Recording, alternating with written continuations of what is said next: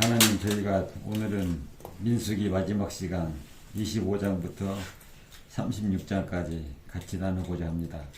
오늘 저희가 말씀을 나누는 가운데 하나님의 선지자인 발람이 이스라엘 백성을 행음하게 하는 그러한 잘못된 일을 하여 거짓 선지자가 되는 과정입니다. 저희가 저희들을 가르치는 사람의 그 말을 무조건 따를 것이 아니라 그 말을 다 분별하여 하나님의 뜻이 맞는지 저희가 그 사람 말을 분별하여 보고 옳은 길로 가도록 저희들을 가르치시고 인도하여 주시기를 예수 그리스도의 이름으로 기도하옵니다.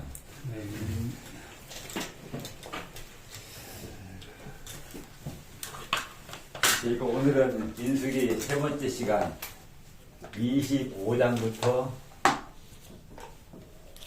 36장까지입니다. 이게 주된 내용이 25장과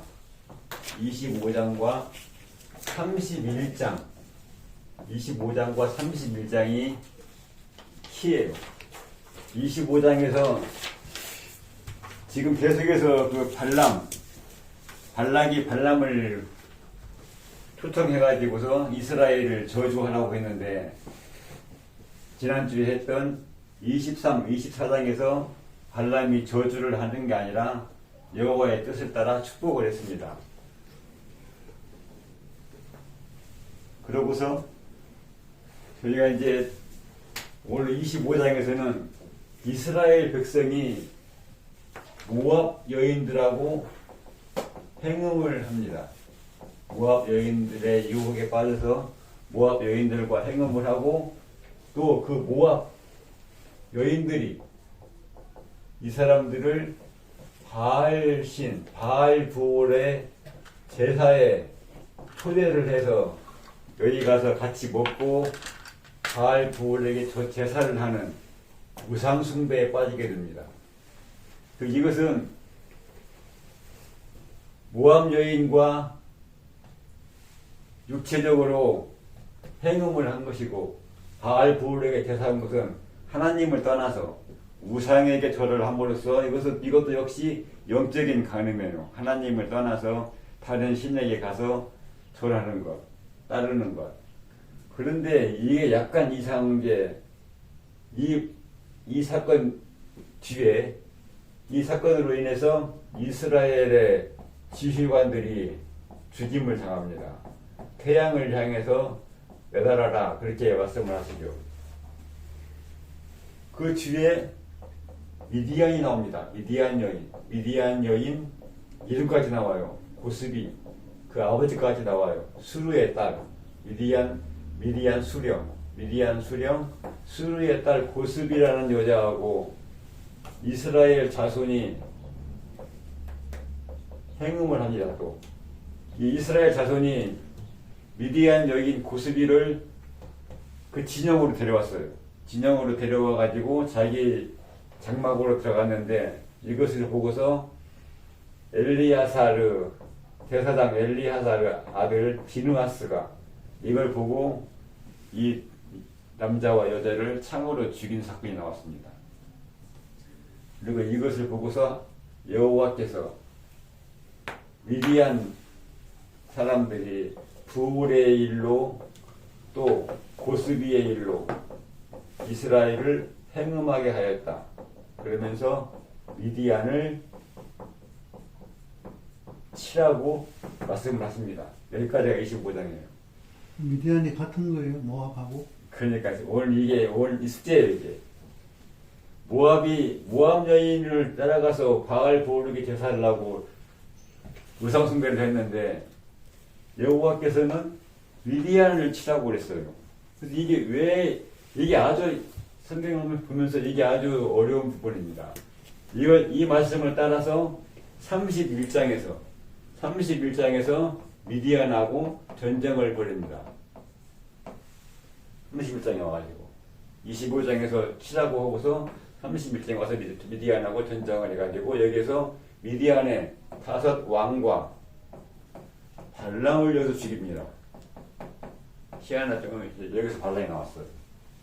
그러니까 이게 성경이 이게 아주 이게 굉장히 복잡하고 어렵습니다. 이 부분이 모압과 미디안이 나오고 또 발람이 나오고 상당히 이게 복잡한데 이 여기가 약간 애매하니까 여기를 중심으로 해서 하겠습니다. 특히 25장에서 미디안을 치라고 그랬는데 31장 가서 전쟁이 일어났죠. 그건 뭡니까? 이 사이 26, 27, 28, 29, 30 이건 지금 똑같이 우리가 이 부분을 많이 보죠. 이 사이에 지금 이 5개의 챕터가 들어가 있어요. 지금 미디안을 치라고 바로 전쟁을 나간 게 아니라 26장에서 바로 전쟁을 시작한 게 아니라 26장 가서 뭘 했냐? 인구조사를 했어요. 2차 이제 뭐죠?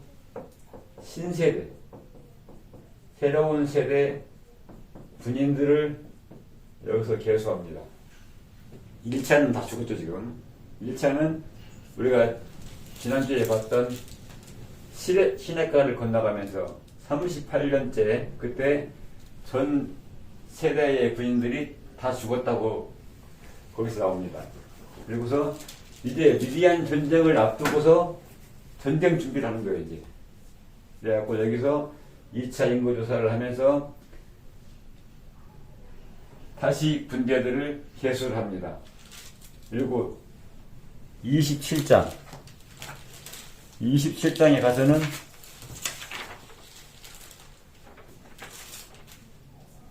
모세를 대신해서 여호수아가 세워집니다. 지휘관이 바뀌죠. 군대가 바뀌면서 지휘관이 바뀌고 그리고 28, 29, 30은 28장에서는 제사 문제, 상분자는 게 나와요. 29장 가서는 절기를 지키라고 나옵니다. 30장에 가서는 소원을 했으면 반드시 지켜야 한다. 이렇게 5개의 챕터에서 이 말씀들이 나옵니다. 이건 지금 뭐죠? 신세대들한테 이게 신세대의 이게 교육이에요. 여호와의 교육. 신세대를 두고서 이 사람들은 지금 새로 태어났으니까 앞 세대 이 사람 부모 세대들 그 당시에 했던 레위기와 신명기를 통해서 쭉 가르쳤던 것들을 여기에서 아주 요약을 해가지고 가르칩니다. 가르친 내용이 주로 여기에 들어와 있어요. 제사하고 절기. 제가 말씀을 드렸었죠. 제사는 여호와의 율법, 말씀을 준행하는 것을 제사로 비유를 했다. 제사에서 짐승으로 제사를 드렸는데 그것이 여호와의 말씀을 지키는 이스라엘 백성의 모습을 그렇게 제사에서 불에 태워지는 가축 그것으로 비유를 했다. 이스라엘 백성이 말씀을 지키기 위해서 그렇게 불에 태워지는 짐승처럼 자기 몸을 불태워 말씀을 지켜야 한다. 그러므로 이 제사를 두고서 여호와께서 뭐라고 하셨느냐? 여호와의 음식이라고 했어요. 나의 화제물이다.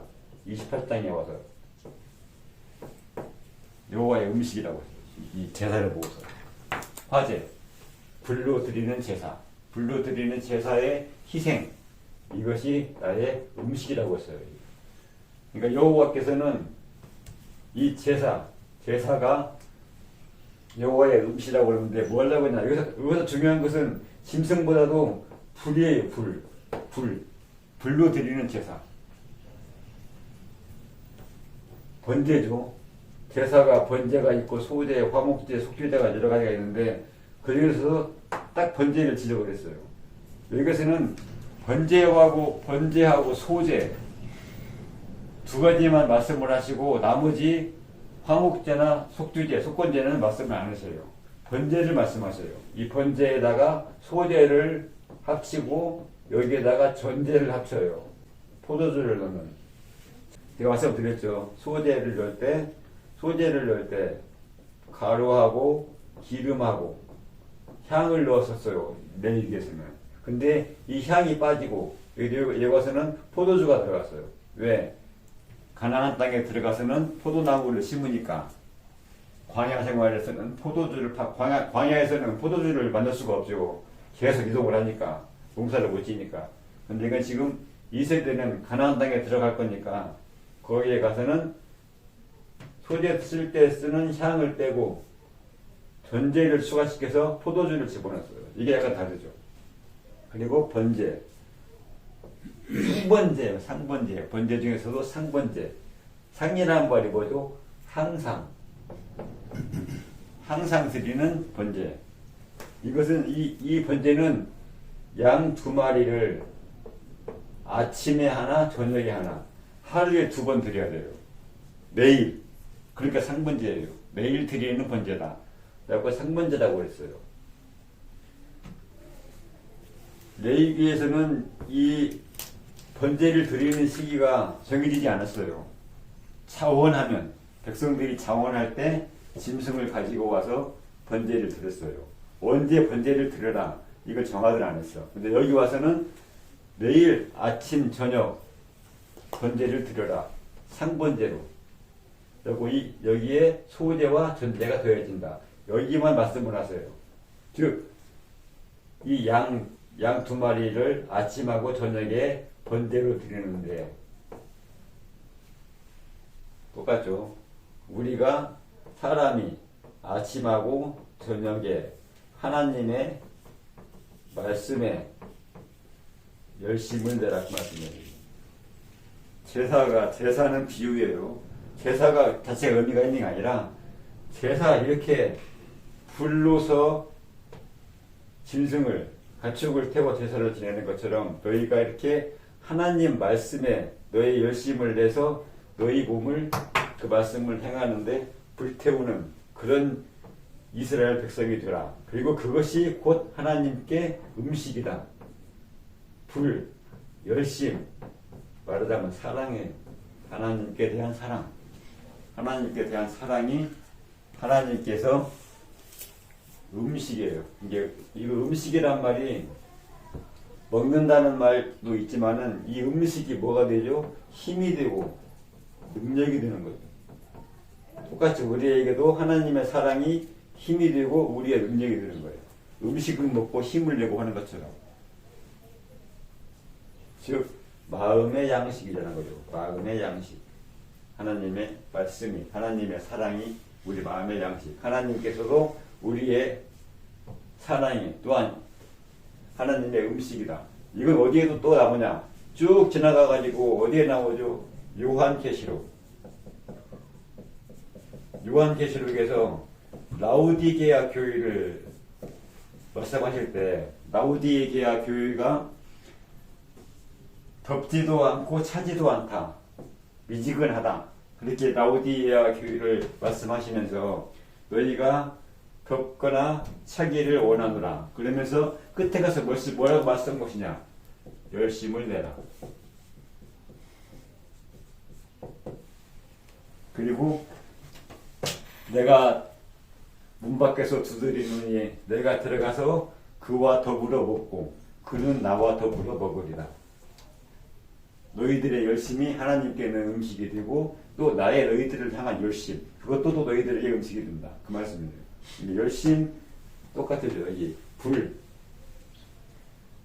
그러니까 하나님께서 말하시는 음식은 사랑이에요. 우리의 하나님께 대한 사랑. 하나님의 음식이고 하나님의 우리를 향한 사랑. 이것이 우리의 음식이야. 우리 마음의 음식.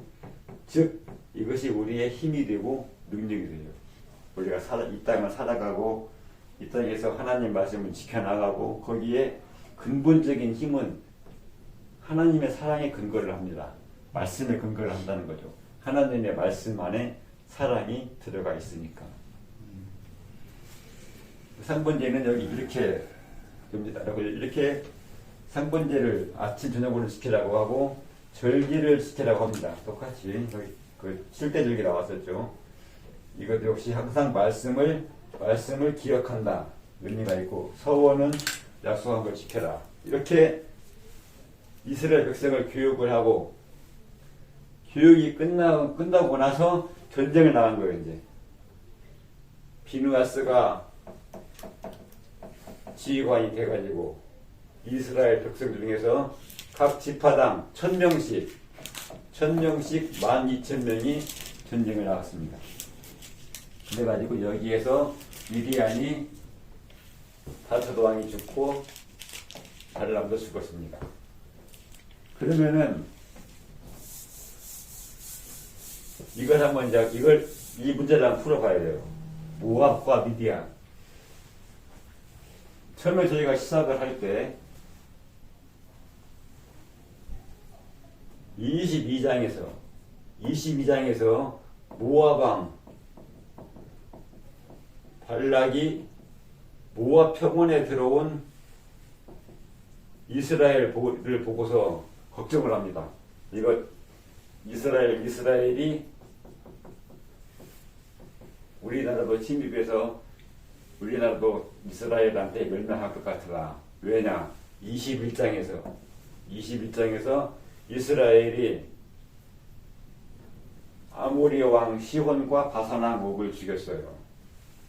이스라엘이 길을 터주십시오. 우리가 요단강을 건너서 가나안 땅에 들어가려고 하니까 그 사람들 땅을 지나가지 않을 수가 없죠. 이미 다 땅의 주인이 있어요. 근데 이스라엘 사람들이 몇십만 명이 그걸 지나가야 되잖아요. 당연히 허락을 받아야죠. 그러면서 여기서 아모리 왕 시온이 허락을 안 하죠. 불안한 거죠. 이 사람들이 괜히 들어왔다가 자기들을 치면 안 되니까. 그래서 아모리 왕 시온이 허락을 안 하니까 여기하고 전쟁을 합니다. 여기를 멸망을 시켰어요. 그러니까 이걸 보고서 또 그 옆에 있던 바산 왕 옥이 또 이 사람도 쳐들어왔습니다. 똑같죠. 자기도 불안한 거야. 이스라엘이 자기를 또 칠까봐. 그러면서 바산 왕 옥도 여기서 같이 멸망을 했어요. 그러면서 이 사람들이 모압 평지에 이 두 전쟁을 치르고 나서 모압 평지에 진을 쳤습니다. 어디가 여리고를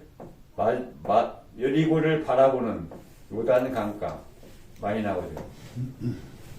이 두 전쟁을 끝내고서 이스라엘 백성이 모압 평지에 진을 치고서 여리고를 향해 요단강을 건널 준비를 하고 있었어요. 이걸 바라보는 모압 왕이 불안한 거죠.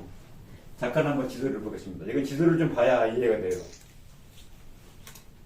여기가 갈릴리가 있고 쭉 내려와서 여기가 사해가 있어요. 이 요단강이죠.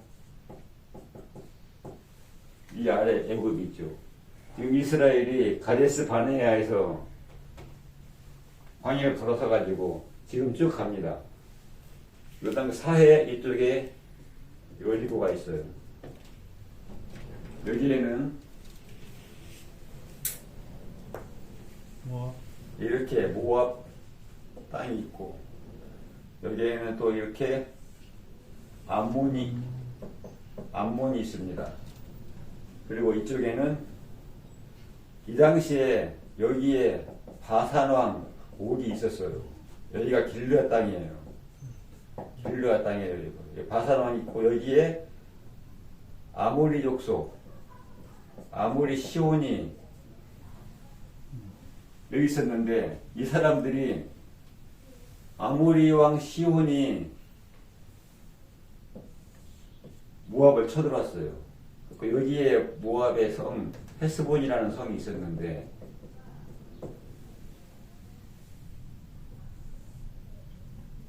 여기에 모압을 쳐들어와서 여기가 모압 평지였어요. 모압 평원이죠. 여기에는 두 개의 강이 흘러고 있었어요. 이쪽은 왜 이스라엘 백성들이 나중에 요단 동편을 탐내냐면은 요단 동편의 이쪽에는 요단 강처럼 크진 않지만 여기에는 강이 있었어요. 세 개의 강이. 세 개의 강이 있었는데 그 세 개의 강의 이름이 모압과 이 아래 뭐가 있었죠? 또 에돔이 있었어요. 이렇게 에서의 땅 에돔. 모압과 에돔을 경계에 짓는 땅 세렛 시내가 지난주에 말했죠. 세렛 시내를 건너면서 1세대가 다 끝난다고. 그리고 여기에 아르논강이라는 게 있었어요. 아르논강. 그리고 여기에 야복강이 흘렀어요. 세 개의 강이 있어요. 이 야복강은 옛날에 야곱이 바탄 아람도 돌아오면서 건너갔던 야복강이에요. 여기에서 에서를 만나죠. 야복강을 건너면서. 이 세 개의 강이 있어요. 이 아르논강과 야복강 사이가 이게 모압 평지였어요. 그러니까 여기가 상당히 비옥한 땅이죠. 이 땅이. 그러니까는 이 땅을 아모리 왕 시온이 여기를 쳐들어왔어요. 근데 미디안은 누구냐 이게 미디안이 여기 헤스본에서 살고 있었어요. 미디안은 국가가 없었어요. 국가가 없고 성경학자들이 말로 생각할 때는 이 사람들은 주로 상인이 있어요. 이동하는 상인. 그러니까는 미디안 사람들과 이스마엘 사람들이 요셉을 웅덩이에서 꺼내가지고 애굽에 가서 팔죠. 미디안 사람들이. 그리고 미디안 사람들이 어디에 나왔냐면은 에돔. 모세 장인 미디안 장인. 모세의 장인도 미디안 제사장이었어요. 그 미디안 아라비아. 예, 그러니까 그 사람은 그 당시에 모세가 어디 있었냐면은 시내산은 여기 없었어요. 시내산은 이쪽 아래 있어요. 시내반도 쪽에. 이쪽이. 예, 이쪽 아래쪽에 있죠. 그때 모세의 장인 이드로는 모세가 시내산 근방에서 양을 쳤죠. 그 사람은 여기 있었어. 그러니까는 성경학자들은 이 사람들은 이동한다. 고정되어 있지 않고 주로 장사를 하기 때문에 그 캐러반처럼 이 사람들은 일정한 거주지가 없이 이동을 하면서 살고 있었다. 시내산은 더 예. 이쪽 아니야? 훨씬 더 밑에 이 한탄 밑에 있어요. 그 시내 반도 있죠. 시내 반도, 시나이 반도 그쪽에 있었어요. 그러니까 여기 한번 보시게요. 22장에서 발락이 발람을 부를 때 22장 4절 22장 4절이죠. 22장 4절에 미디안 장로들에게 이르되 이제 이 무리가 소가 밭에 풀을 뜯어먹음 같이 우리 사방에 있는 것을 다 뜯어먹으리로다 하니 그때에 십볼의 아들 발락이 모압 왕이었더라. 발락이 모압 왕이었어요. 발락이 모압 왕. 이 사람들이 발락이 누구한테 갔냐? 미디안 장로들한테 갔어요. 보죠? 모압 왕이 갔어요. 모압 왕이 누구한테 갔어요? 미디안 왕한테 간 게 아니라 미디안 장로들한테 갔어요. 미디안은 왕이 없었다는 거예요. 미디안은 왕이 없고 미디안 장로들이 모압의 귀족이다, 고관이다 그렇게 나와요. 거기에 뒤에 보면은 미디안 사람들이 모압의 고관들이었다. 그러니까 모압에 살면서 미디안의 지도층들은 5개의 지파의 사람들이 고관으로 지냈어요. 여기서는 5왕이라고 해놨어요. 미디안의 5왕. 31장에서 미디안의 5왕을 죽였다고 그랬죠.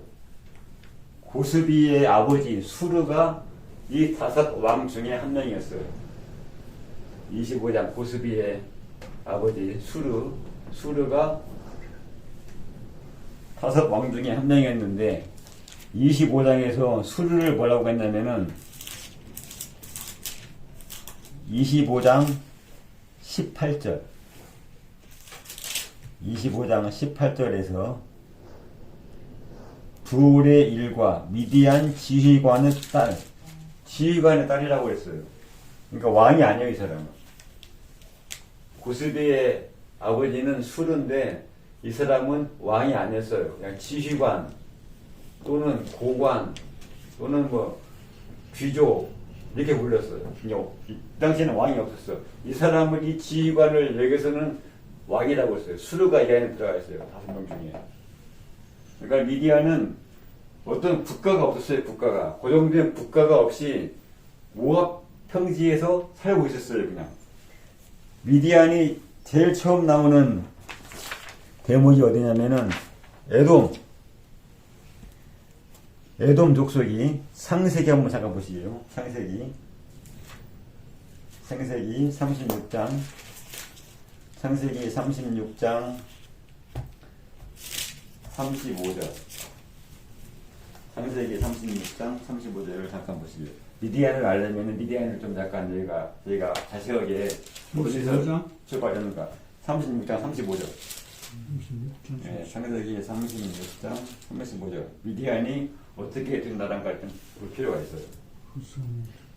35절에서 후삼이 죽고 부다스 아들 곧 모압들에서 미디안 족속을 친 하닷이 그를 대신하여 왕이 되었다. 그게 나오죠. 모압들, 즉 모압 평지에서 미디안을 쳤다 이거죠. 이 후삼이 에서의 후손이죠. 에돔이란 나라. 이 아래 에돔이 있었어요. 이제 이때 이미 창세기 때부터 이미 미디안은 모압 평지에 살고 있었어요. 즉 모압 나라 속에서 거기에 사람 언제 사는 거예요? 모압이 언제 사는 거야? 모압이 누구죠? 모압, 암몬, 롯이 딸로부터 난 사람들이에요. 모압과 암몬이. 미디안은 누구죠? 미디안은 아브라함의 후처 그두라를 사라가 죽은 뒤에 아브라함이 후처 그두라를 얻었는데 여기에서 6명의 아들이 나왔어. 이 중에 네 번째가 미디안이었어요. 와, 조선 대단한데. 어디 다 알아. 그러니까 미디안은 아브라함의 후손이에요. 에돔은 누구죠? 에서죠. 야곱의 후손이죠. 그러니까 지금 전부 아브라함 친척들이 다 이것만 사는 거 이것만 그냥 멀리 안 가고서 다 이거 뭐 아브라함이 사는 데가 어디냐? 여기 있어요. 헤브론. 아브라함이 죽을 때까지 살았던데 헤브론이 여기 있었어요. 바로 사해 옆에. 그러니까는 아브라함이 자기 후처의 자식들을 다 내보냈죠.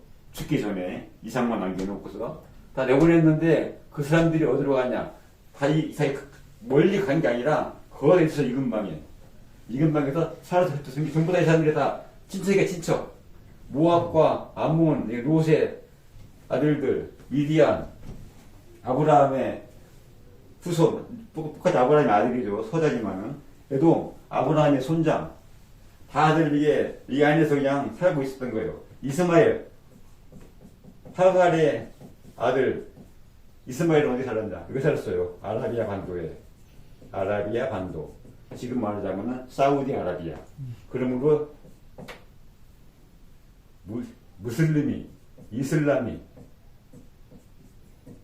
이스마엘을 자기들의 조상으로 보는 거예요. 사우디 아라비아 그래서 이슬람 교회 종주국이 되어 있어요. 이게 전부 다 이 근방에서 다 살고 있었어요. 서로 왔다 갔다 하면서. 그러니까는 모압과 암몬도 있지만은 이건 둘이 형제간이죠.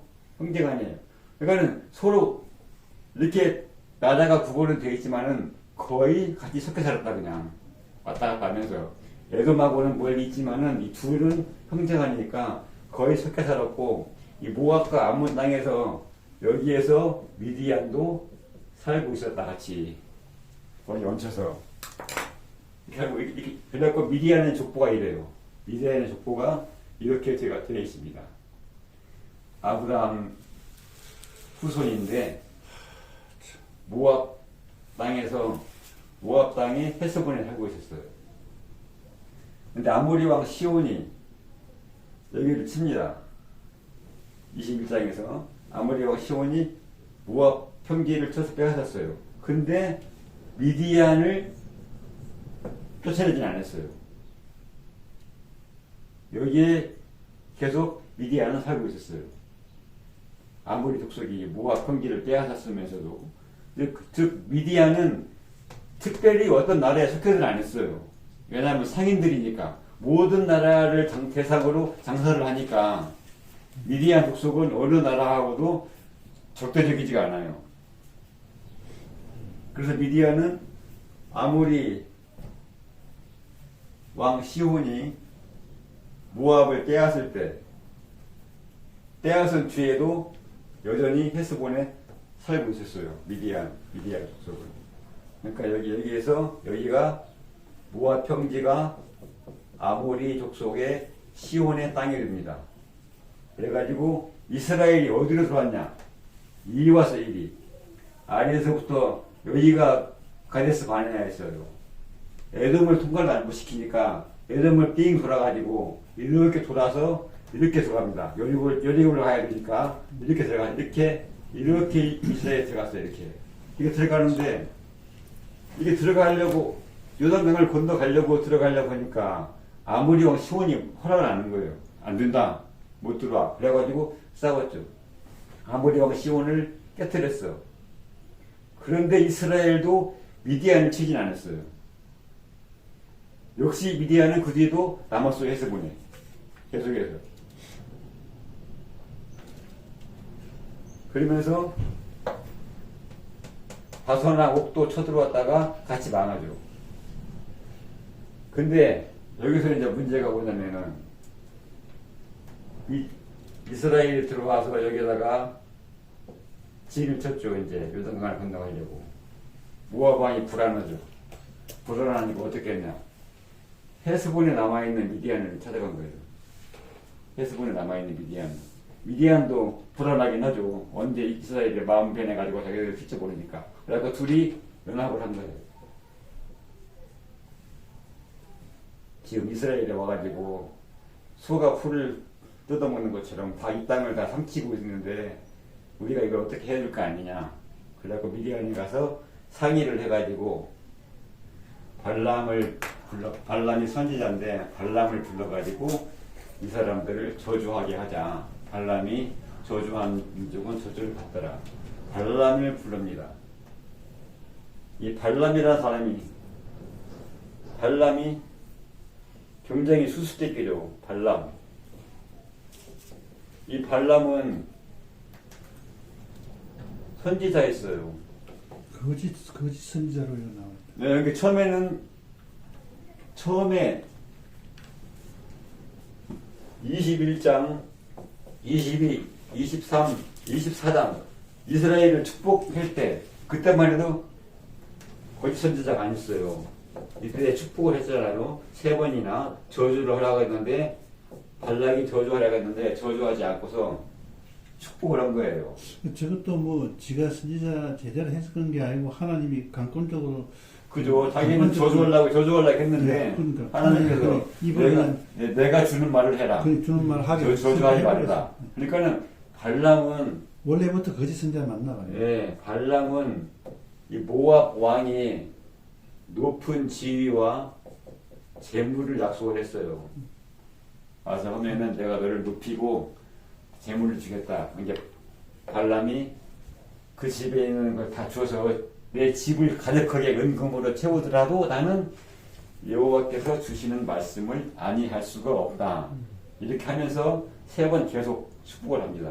그러니까 발락이 화가 났겠죠. 발락이. 이게 헷갈립니다. 발락이 화가 났어요. 발람이 축복을 하고 저주를 하지 않으니까. 발람은 누구냐?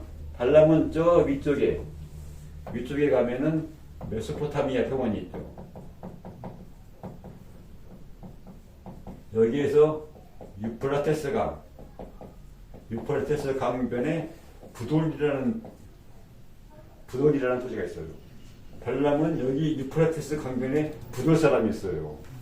이근방 사람도 아니었어. 이 사람을 가서 데려온 거야. 여기까지 가가지고서. 유프라테스 강에 있는 부돌에 사는 부올의 아들이라고 써요. 부올의 아들 발람을 데려오자. 라고 이 사람들이 여기까지 간 거예요. 발람을 데리러. 그러니까 이 사람은 이 당시에 선지자였어요. 하나님 알고 있었어. 22장에서 처음에는 모압 장로들과 미디안 장로들이 같이 왔어요. 발람을 데리러. 1차. 근데 발람이 거절을 했어요. 난 갈 수가 없다. 여호와께서 가기를 허락하지 아니하신다. 2차에 다시 또 왔어요. 2차에 올 때는 모압 장로들만 왔어요. 이때 하나님께서 가라고 그랬어요. 그리고 2차에 모압 장로들을 따라서, 모압 귀족들을 따라서 발람이 모압으로 간 거예요. 그래서 모압 왕 발락을 만나러 가서요. 그리고 여기에서 세 번의 축복이 있는 거죠. 이게 모압, 처음에는 모압 장로하고 미디안 장로가 같이 갔다가 두 번째는 모압 장로만 갔어요. 여기에 가서 데려왔어요. 그러니까 사람들이 그럼 어떻게 이 발람은 이스라엘 백성이 아닌데 어떻게 이 사람은 선지자가 돼가지고 여호와를 알게 됐냐? 첫 번째 데리러 왔을 때 여호와께 물어봤어요. 가지 말아라, 따라가지 마라. 두 번째 왔어요. 그러면은 데리러 왔으면 가라고 했어요. 근데 이 사람은 여호와하고 대화를 했어요. 대화를. 이 발람은 이 사람이 보독사람이 아니에요. 직접 여호와한테 물어보고 답을 얻은 사람이에요. 이 사람은 또 축복할 때도 여호와께서 주시는 말씀을 또 한 사람이 이 사람 발람이라는 사람은 대단한 사람이죠. 그럼 어떻게 여기서 이 메소포타미아 지역 사는 사람인데 어떻게 이 사람이 여호와를 알았냐? 아브라함의 후손도 아닌데 이스라엘 백성도 아닌데. 그러니까 이것을 어떻게 보냐면은 아브라함이 여호와께 부름을 받았을 때 아브라함도 여기 살았죠. 여기 유발데스에 있는 갈대야 우르에 살았었어요. 이 사람을 불렀어요. 이 사람들이 누구죠? 노아의 후손들이에요. 아브라함이 노아 아들 중에 셈의 후손이에요. 여기 사람들이 동방으로 이동해서 어디로 갔어요? 바벨로 갔어요. 이게 바벨이 어디에 있었냐? 시날 평지에 있다고 그랬어요. 바벨탑 사건이요. 시날 평지가 시날이라는 말이 두 강 사이의 땅이란 말이에요. 시날이. 그러니까는 유프라테스 강, 티그리스 강. 이 땅 사이, 여기가 비옥한 땅이죠. 두 강을 끼고 있으니까. 사람들이 다 이쪽으로 이동을 했어요. 동방으로. 왜? 여기가 땅이 비옥하니까 당연히 이동했겠죠. 그러면서 여기에서 바벨탑 사건이 나오고 여기에서 살고 있었어요. 아브라함도. 역시 발람의 조상도 여기 있었겠죠. 유프라테스 부두 지방에. 그러니까 바벨탑 사건 때 사람들이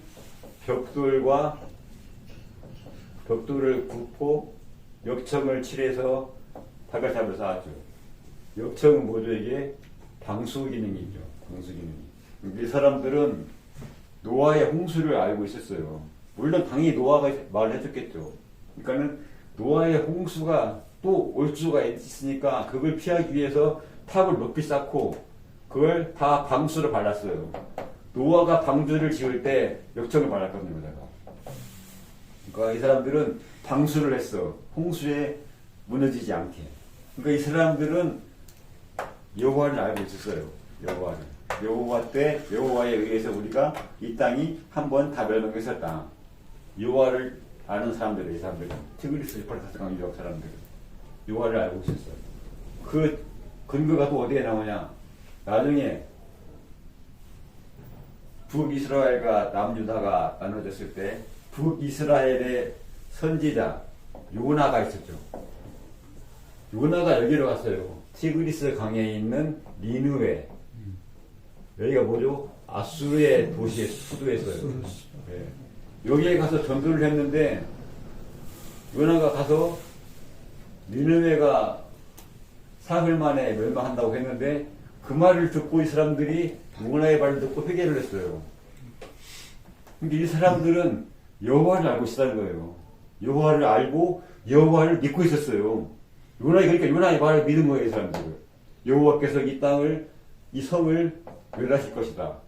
그러니까 이건방 사람들은 하나님을 알고 있었어요, 이건방 사람들은. 하나님을 알고 있었어요, 이 사람들은. 아브라함만 하나님을 아는 게 아니라 이건방 사람들은 하나님을 알고 있었어요. 근데 요나가 그렇게 니느웨에 가는 거는 아수르가 엄청나게 이스라엘을 괴롭히고 포악하게 하니까 저런 나라를 왜 구원해 주냐는 그런 마음을 했다고 지난번에 그 목사님이 그렇게 이야기하셨는데, 그래서 저 아수르는 지금 좀 믿음 있는 부분도 있겠지만 어떤 의미에서는 완전히 이방, 그죠. 그냥 전혀 네. 그 이스라엘 봐서는 완전히 그 이스라엘 멸망시키는 그런 악한 나라인데 저 나라를 뭐 하나님을 안다 이렇게 이야기하는 좀 그런 얘기죠. 그러니까 요나는 처음에 아수르를 가려고 하지 않았죠. 여기는 좀 니느웨를 여기는 망해준다. 이 나쁜 놈들 다 망하지. 하나님께서 왜 여기를 그냥 멸망시키지 무슨 가서 회개하라고 합니까? 그냥 쓸어버리지. 그렇게 생각을 한 거예요. 근데 그렇게 생각을 하고 있어서 그래도 가라고 하니까 가서 회개 전파를 했죠. 그것도 사흘 동안. 그러니까 그것을 가서 예? 가서 그 말만 전했어요. 근데 그 말을 듣고서 회개를 했어. 근데 이 사람들은 하나님을 알고 있었어요. 회개를 했다는 거죠. 그리고 하나님께서 말씀하실 때 요나한테 이 사람들을 여기에는 좌우를 분별하지 못하는 사람도 많이 있고 짐승도 많이 있다.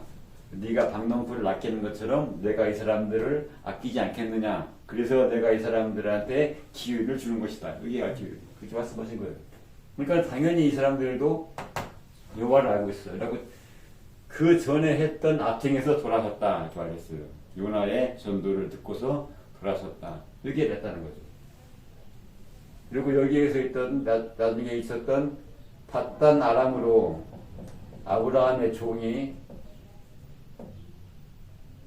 이삭의 아내 리브가를 데리러 갔을 때 종이 말을 했죠. 여호와께서 이렇게 얘기하셨다. 그러니까는 리브가의 식구들이 오빠가 뭐라고 했어요? 이 일이 여호와께로부터 난 것이니까 우리가 뭐라고 말할 수가 없다.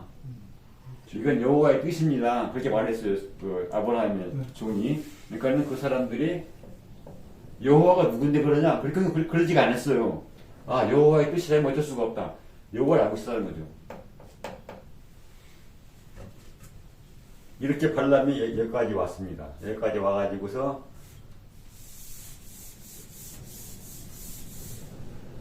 이 안에서 했는데 23장, 24장에서 발람이 축복을 3번 하고서 여기서 발람과 발락이 헤어졌어요. 발람과 발락이 자기 고소를 갔더라 나와요. 24장 끝에. 근데 발람이 헤어지고 어디로 갔냐? 발람이 어디로 갔을까요? 유프라테스 부들로 들어갔나요? 아니에요. 발람이 어디로 갔냐면은 이리 갔어요. 미디안으로. 발람이 미디안으로 갔어요. 발람이 미디안으로 가가지고서 이 계획을 세운 거예요. 발람이 가서. 미디안에 가서. 그러니까 내 성경 여기에는 누구 목사님 해설을 했나?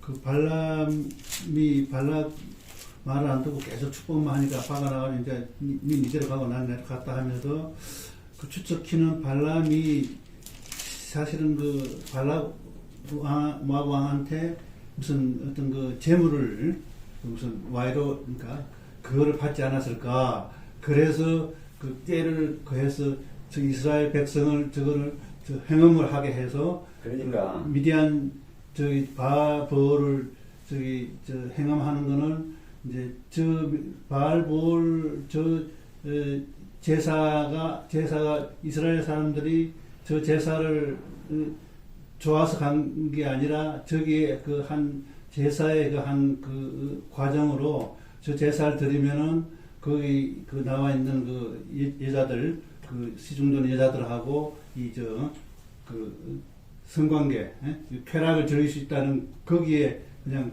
빠져가지고 제사를 드려야 그 여자들하고 이렇게 그 다음 단계로 이제 이렇게 그걸 하니까 그래서 거기서 이제 완전히 이제 거기 빠져들어가지고 미혹이 돼서 이스라엘 백성들이 이제 그때부터 저 행업을 시작해가지고 결국은 발람의 꼬임에 저기에 이제 넘어가가지고 결국 끝에 가서 31장에서는 결국은 하나님이 발람을 거짓 선지자로까지 죽였다 이렇게 이제 해설을 하는. 네, 그러니까 이제 그게 이제 지금 제가 이제 드리려는 말씀이 발람은 여기서 헤어지고 나서 이 발락 왕이 약속한 재물에 대한 미래이 남아있었어요. 계속해서. 여기에서 이렇게 하고 끝내긴 했지만은 이 재물의 미래이 남았어요. 이 재물을 받고 싶었어. 근데 발락한테 가진 않았어요. 발락한테 가진 않았어요. 모압 왕한테 안 갔어요. 모압 왕한테 안 가고 미디안으로 간 거예요. 이게 발람이 대단히 머리가 좋은 거예요. 이게 발람이 모압 왕한테 같이 갑시다. 내가 교회를 드릴게요. 이리 안 갔어요. 이리 미디안으로 갔어요. 그럼 재물을 발락한테 안 받고 저쪽 가서 받았나? 아니죠. 그것도 아니고? 빙 돌아서 받았죠. 우위에서. 이게 미디안한테 가가지고 알려줬어. 어떻게 해라. 그러니까 미디안이 다시 또 모압으로 왔어요. 어떻게 하면 된다고 합니다. 그래가지고 모압 왕이 그걸 같이 한 거예요. 그러니까는 발람은 우위를 했어요. 모압 왕한테 직접 하지 않고 미디안에 가서 미디안을 가르쳤어. 이렇게 하면 된다. 그러니까 미디안이 듣고서 아 그래 알았어. 그랬고 미디안이 모압으로 와가지고 아 발람이 그러는데 이렇게 하면 된다고 합니다. 그걸 가르친 거예요. 발람이 대단히 머리가 좋은 사람이에요. 왜 그랬냐? 발람이 왜 바로 모압 왕한테 말하지 않았을까요? 왜냐? 여호와께서 허락하지 않으신 거예요.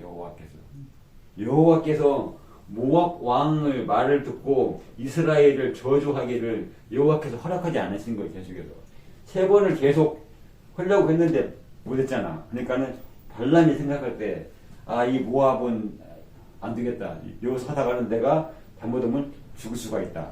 발람이 오다가 죽을 뻔했어요. 나귀 덕분에 살았지만은 모압 2번째 온 모압 장로들을 따라가다가 발람이 죽을 뻔했어. 그러니까 발람은 모압 왕한테 하는 것은 부담스러웠어. 그래가지고 별로 여기와 관계가 없어 보이는데 미디안으로 간 거예요. 처음에 미디안 장로가 같이 왔었잖아요. 같이 처음에 올 때. 이게 미디안은 이 뒤에는 미디안은 빠졌어요. 처음에 이때 한번 같이 왔다가 미디안은 빠졌어. 그리고 계속 모압 왕 발락하고만 23, 24장을 한 거예요. 그러니까 발람이 여기서 헤어지고서 일이 갔어요.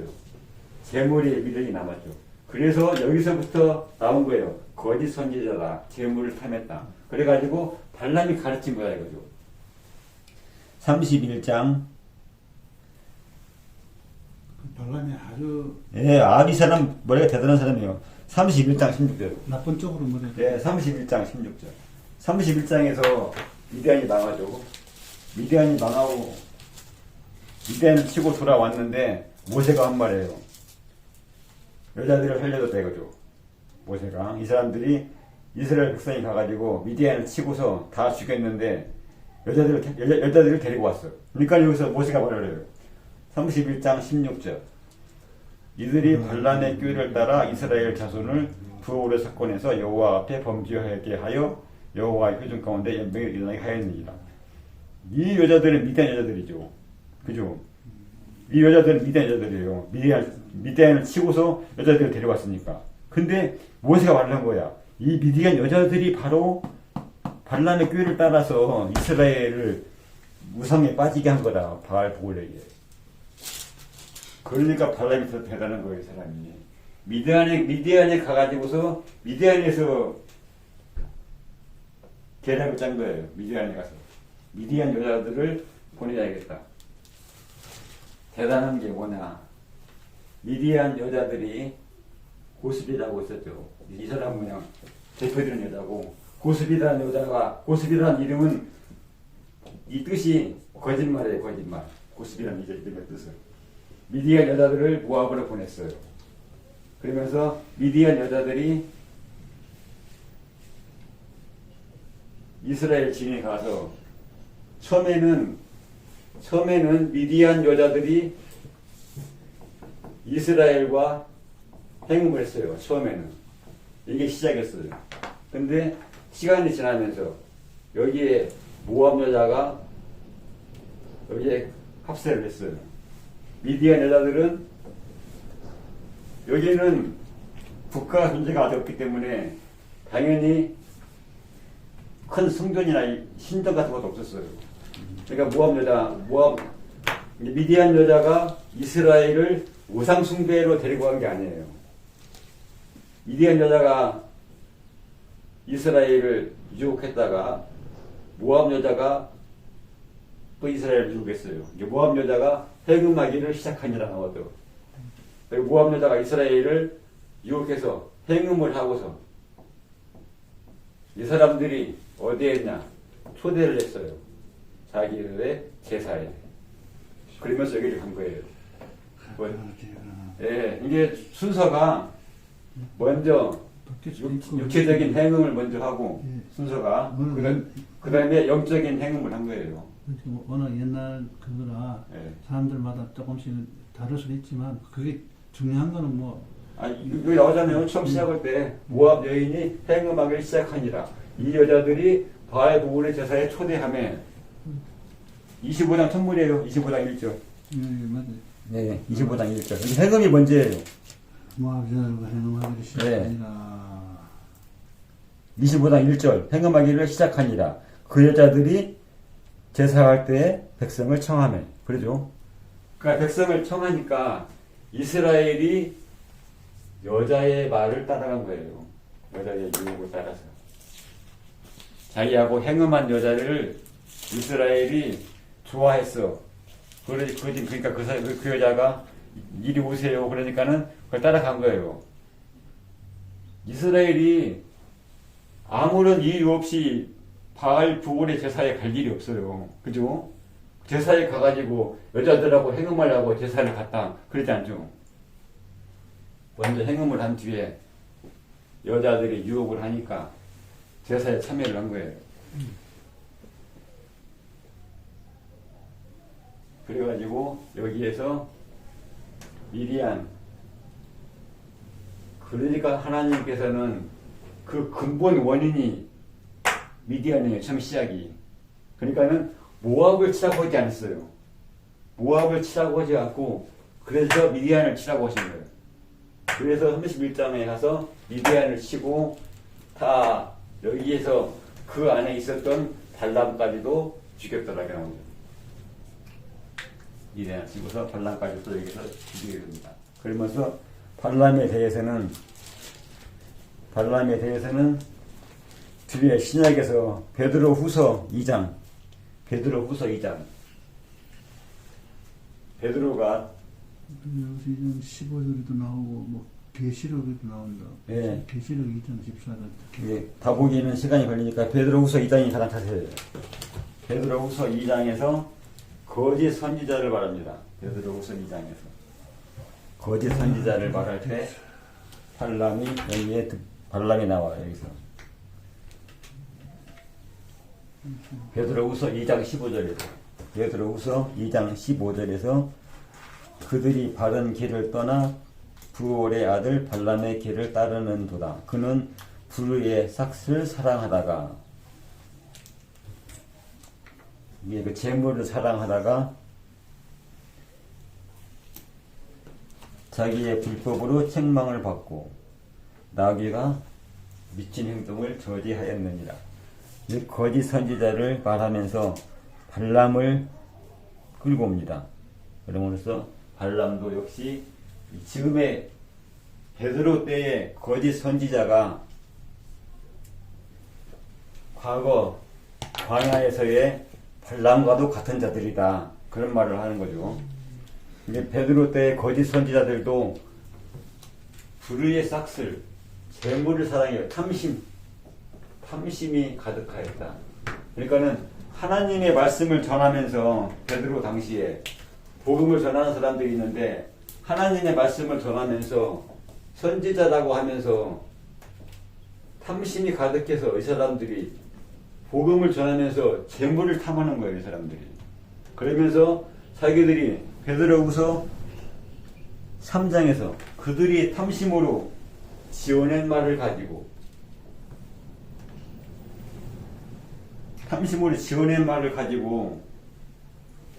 백성들을 교인들을 잘못 가르치고 있다. 이 사람들이 이게 꼭 발람이 이스라엘을 잘못된 길로 우상 숭배의 길로 발람이 이스라엘을 인도한 것처럼 이 거짓 선지자들은 자기들의 탐심을 가지고서 재물을 많이 얻으려고 지어낸 말로 백성들을 현혹한다. 사람들을. 이게 뭐요? 사람들이 듣기 좋은 말을 한다는 거예요. 그 사람들 지어낸 말로. 왜? 재물을 얻으려고. 그 사람들한테서. 그 사람들이 이 선지자를 좋아해서 재물을 바치게 하려고 지어낸 말로 이 사람들을 유혹한다. 발람이 이스라엘을 유혹했던 것처럼. 그러면서 베드로가 여기서 거짓 선지자들에 대해서 2장에서 전체가 거짓 선지자 얘기를 합니다. 그리고서 구약에서 이 사람들은 발람과도 같은 사람들이다. 그러니까 이게 똑같이 베드로 당시에 거짓 선지자, 지금은 거짓 선지자가 없냐고. 지금도 마찬가지예요. 지금도 하나님의 말씀을 가지고 말씀을 왜곡하고 자기 좋을 대로 해석해서 사람들에게 환심을 사가지고 돈을 바치게 하는 그런 선지자가 지금도 있어요. 지금도. 그때나 이 발람 때나 베드로 때나 지금이나 거짓 선지자는 계속 존재하고 있습니다. 그러니까 저희들도 거짓 선지자의 유혹에 빠지지 않도록. 거짓 선지자는 뭐냐? 탐심이, 재물을 바라고 그래요. 재물을 바라고. 예수께서 뭐라고 했어요? 제자들한테 너희가 거저 받았으니 거저 주라고 했어요. 그죠? 너희가 거저 받았으니 거저 주어라. 돈을 받지 말고 복음을 전하라 그 말씀이에요. 예수께서도 누구한테도 돈을 받지 않았어요. 베드로도 그렇고 다 그렇고 전부 다 뭐랬어요? 자비량으로 복음을 전했다 이거죠. 탐심을 가지는 순간 우리가 발람의 길로 빠져서 말을 지어낼 수가 있어요. 하나님의 말씀이 아닌데 자기가 하나님의 말씀을 지어내가지고 하나님의 말씀인 것처럼 전할 수가 있다는 거죠. 오늘 여기까지 하겠습니다. 네, 감사합니다. 수고하셨습니다.